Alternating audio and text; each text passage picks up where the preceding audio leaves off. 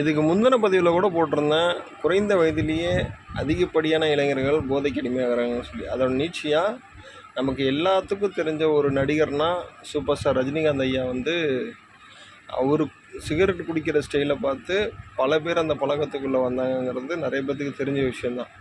ஆனால் அதன் வழியை உணர்ந்து அந்த சிகரெட்டை விட்டுருங்கன்னு சொல்லி பல மேடைகள் அவர் சொல்லி நம்ம யாருமே பெருசாக யாரும் கேட்டது கிடையாது. ஏன்னா கெட்டது ஈஸியாக ரீச் ஆகும், நல்லது கொஞ்சம் ரீச் ஆகிறது வாய்ப்பு குறைவாக இருக்கும். அவர்கிட்ட பொருளாதாரமும் சூழலும் சாதகமாக இருந்ததுனால உடல் உபாதைகள்லேருந்து மருத்துவம் பெற்று சிங்கப்பூர் வரைக்கும் சென்று எல்லாத்தையும் சரி செஞ்சு விட முடியல, பொருளாதாரத்தை தக்க வச்சு வந்தார். அதனால் அவர்லாம் மீண்டு வந்துட்டார்.